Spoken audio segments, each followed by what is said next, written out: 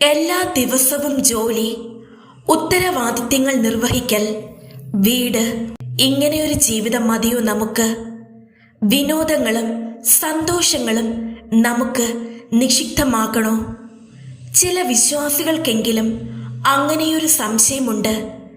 പക്ഷേ 6 ദിവസം കൊണ്ട് പ്രപഞ്ച സൃഷ്ടി നടത്തിയതിനു ശേഷം വിശ്രമിച്ച ഒരു ദൈവത്തെ നാം ബൈബിളിൽ കണ്ടുമുട്ടുന്നുണ്ട്.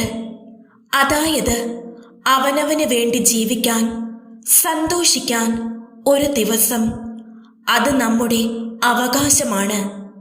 ജോലിക്കാരുടെ അത്തരം അവകാശങ്ങൾ മുതലാളിമാർ അംഗീകരിച്ചു കൊടുക്കുകയും വേണം.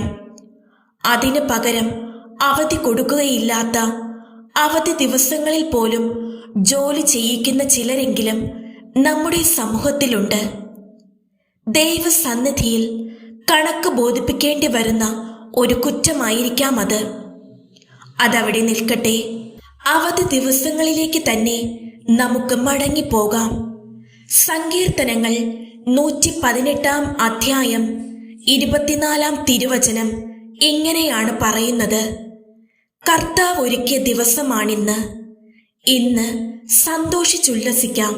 അതെ, ഏതാഘോഷവും ദൈവത്തോടൊത്തായിരിക്കട്ടെ. ദൈവത്തെ മറന്നുകൊണ്ടുള്ള ആഘോഷങ്ങളിൽ മുഴുകാതിരുന്നാൽ മതി.